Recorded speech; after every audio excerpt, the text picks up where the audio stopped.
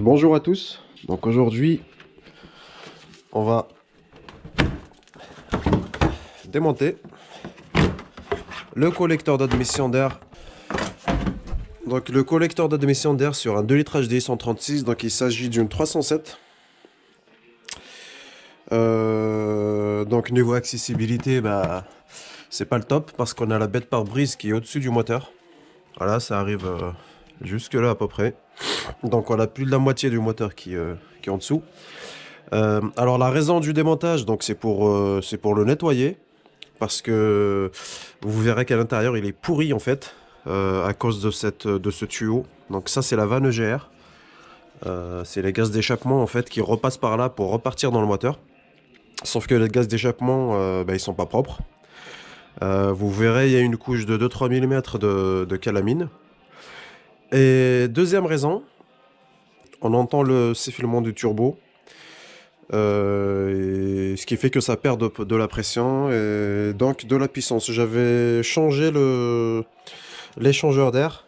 Je l'ai testé, il fuit pas. Donc toutes les diurettes, il n'y a rien qui fuit. Donc la fuite, elle peut venir que de là. Donc voilà, j'ai pris le kit de joint. Donc pour ça, il faut démonter l'arrivée d'air, le boîtier papillon, le tuyau EGR. Enfin là du coup je vais juste le démonter par ici, donc enlever les deux vis Torx là. Et donc toutes les vis qui maintiennent le collecteur, donc on les voit par là. Je vous mettrai le schéma en image avec toutes les vis, parce que là c'est pas évident de les voir. Je vais utiliser un petit miroir pour pas en oublier une ou plusieurs. Parce que le collecteur, s'il vient pas après retrait de toutes les vis, on sera obligé de forcer un petit peu pour le décoller. Et il faudrait pas qu'il y ait une vis qui reste. Donc là, je retire aussi le tuyau de gestion de cette vanne.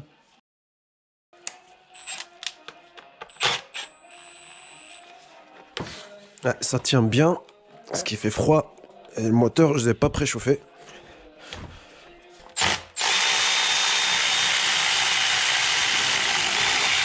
Alors les vis, donc c'est bien du 5.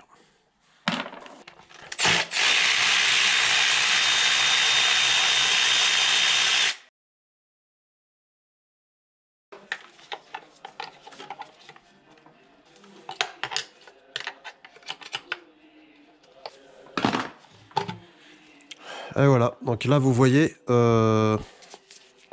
y a un accès pour la vis. Donc voilà, je la laisse en place. Vous voyez le capteur, parce qu'en fait la vanne EGR, bon elle arrive là, mais quand ça injecte pas, en fait il y a des gaz d'échappement de partout, donc ça rentre même dans la vanne papillon. Et vous voyez c'est tout pourri. Donc il y a un petit peu d'huile du turbo. Et après, là, c'est que des gaz d'échappement. Alors, un petit coup de nettoyage, ça fera pas de mal.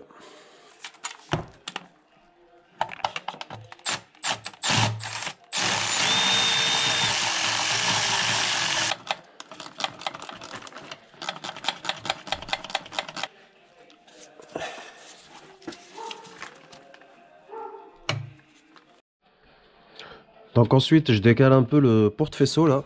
Il y a une vis de 13 ici. Voilà, je le retire. Qu'est-ce qui le tient? Ouais, il y a un clip ici, là. Et donc, il faut juste le retirer comme ça. Et après, le mettre de côté.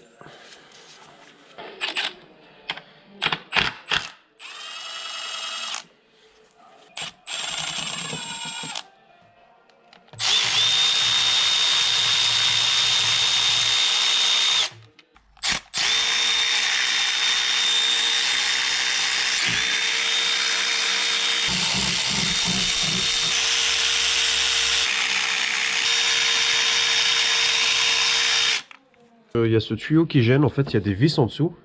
Parce que je pense que s'il n'y avait pas des vis, on pourrait le démonter, enfin décoller le collecteur d'admission directement. Parce que moi, je voulais enlever le collier là-bas. Mais bon, finalement, on est obligé d'enlever celui-là, de ce côté-là. Alors, comment ça marche? En fait, là, il est écarté. Vous voyez cette partie-là? Donc, il suffit d'appuyer avec une pince comme ça dessus. Et après, passer un tournevis plat sur le côté pour le décoller. Alors pareil, le retour de gasoil, donc je l'ai défait aussi. Il suffit juste de tirer dessus. Si ça vient pas, n'hésitez pas à passer un tournevis entre le bout du tuyau et l'injecteur. Bon, finalement je les mets derrière, comme ça ils gênent pas. Alors le capteur par Bracam à démonter. Alors ce que je fais pour être tranquille, je démonte carrément le capteur. Donc il suffit juste de retirer la vis et de l'enlever. Le voici. Alors tiens, j'ai retiré le reniflard. Donc là il suffit juste d'appuyer sur la partie jaune là en haut et on tire dessus.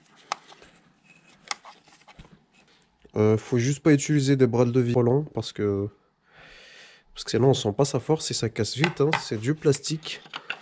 Donc moi je l'ai passé là, sachant que c'est très fragile. J'ai soulevé doucement et là on voit qu'il commence à venir. Alors finalement je suis emmerdé par le GR. En fait il rentre de beaucoup, genre de ça, et donc là j'ai défait les deux vis de derrière, pas complètement mais ça bouge que dalle. Donc j'ai été obligé de défaire ce collier de la même façon que celui-ci et j'espère pouvoir le remettre facilement. Hop, juste je précise, donc au départ vous avez juste à défaire ce collier, donc pas la peine de vous faire chier à enlever ces deux vis qui le maintiennent sur le collecteur. Alors c'est là que ça commence à devenir intéressant. Donc en plus j'ai fait tomber de la calamine là et par terre, regardez, c'est presque bouché en fait. Voilà. Donc la question, est-ce que ce système est écologique ou pas? Parce que là il permet surtout à jeter le moteur plus rapidement, hein. Moi je suis bricolo, je le nettoie, je l'entretiens. Mais si vous y touchez pas, ce sera l'entretien préconisé par le constructeur. Et dans cet état-là, le moteur là il a 230 000, je pense que ça n'a jamais été fait. C'est pas un moteur qui va tenir 300-400 000 comme avant. Donc c'est une voiture qui va partir à la casse bien avant l'usure normale en fait. Et donc au final, va falloir refabriquer des voitures. Alors la vidéo, je pense que ça va être interminable.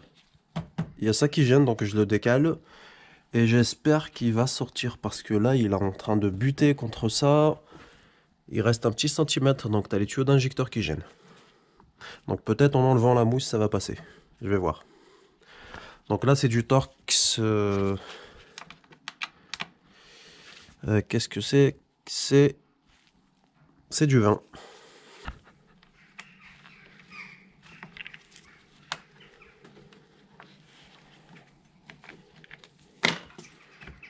Donc il y a juste à le tirer un petit peu parce qu'il tient avec ça. Et il est très flexible le tuyau. Bon, ça m'arrange. On va le mettre de côté comme ça.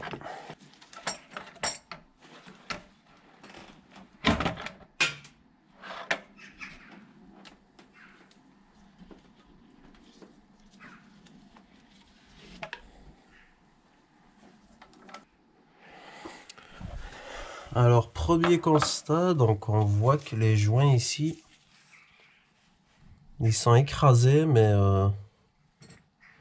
c'est pas uniforme. Lui pareil, et lui pire en fait. Et là on voit que c'est tout noir. Donc je pense que la pression elle s'échappe par là. Par contre ceux-là, bon lui, c'est moi qui l'ai décollé. Ceux-là, je crois qu'ils étaient bien placés. Et lui, je crois qu'il y avait une petite fuite par là. Voilà. Et donc vous voyez ce petit diamètre, normalement, il devrait être Là j'ai plus de 5 mm de calamine.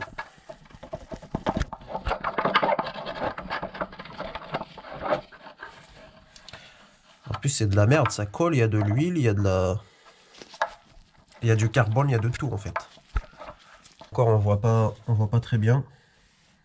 C'est très très réduit. Et donc forcément, on a ce mélange qui va passer de temps en temps dans les cylindres. Alors donc pour le nettoyage du collecteur, je l'ai fait au tournevis là. Donc j'ai dégagé tout ce que je pouvais enlever. Donc c'est essentiellement cette partie là, parce que derrière en fait c'est y a rien, c'est qu'un joint. Pour le reste, donc soit vous utilisez du nettoyant frein, de l'essence, etc. Tout ce qui peut bouffer ça. Sinon moi ce que j'utilise, du Decapour marque Ocean. C'est le moins cher. Ce que je vais faire, je vais appliquer ça. Normalement, il faut attendre, là ils disent 10 minutes hein, pour un four. Hein. Sachant que le four, pareil, hein, l'huile qui se durcit et qui est là depuis plusieurs semaines, c'est difficile à enlever. Donc normalement, si ça enlève ça, ça va pouvoir enlever la calamine. Par la suite, je vous montre ce que je fais sur le moteur.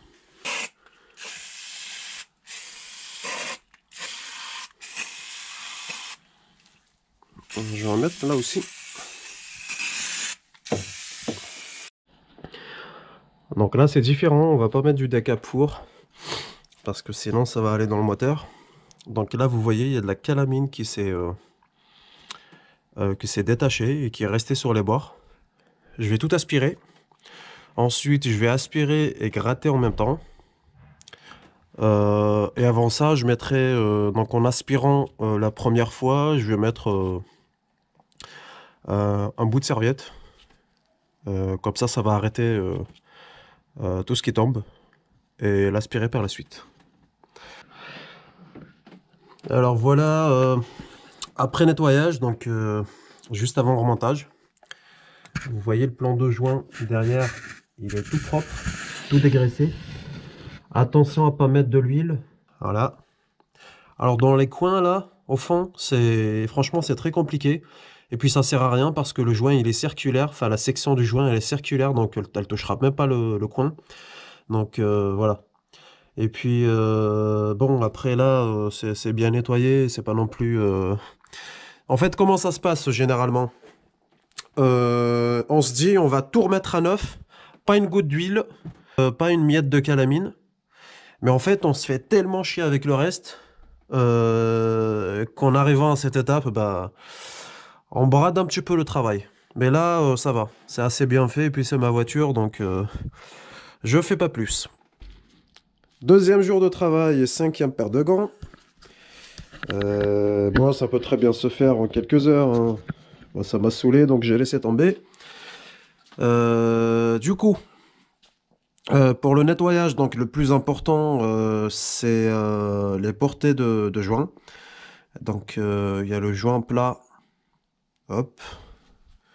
Donc, toute cette rainure, elle doit être nickel, dégraissée et propre. Là, vous voyez à côté, c'est un petit peu sale. Au milieu, là, ça, on s'en fout. Donc, le plus important, c'est le joint. Bon, après, si vous pouvez faire propre sur toute la surface, c'est pas plus mal. Et donc, après, on a cette portée-là, x4. Et cette rainure, pareil, x4. Si vous retournez le collecteur, voilà, ça tombe pas. Ne pas oublier le joint torique pour le conduit de l'EGR. Dernier truc avant de remettre le collecteur, donc je vais dévisser ça. Parce qu'en fait, en penchant le collecteur, il y a ça qui touche. Donc voilà, on va gagner un petit peu en encombrement. Donc c'est juste une vis en fait. Je crois que c'est du 12 ou 13 à dévisser.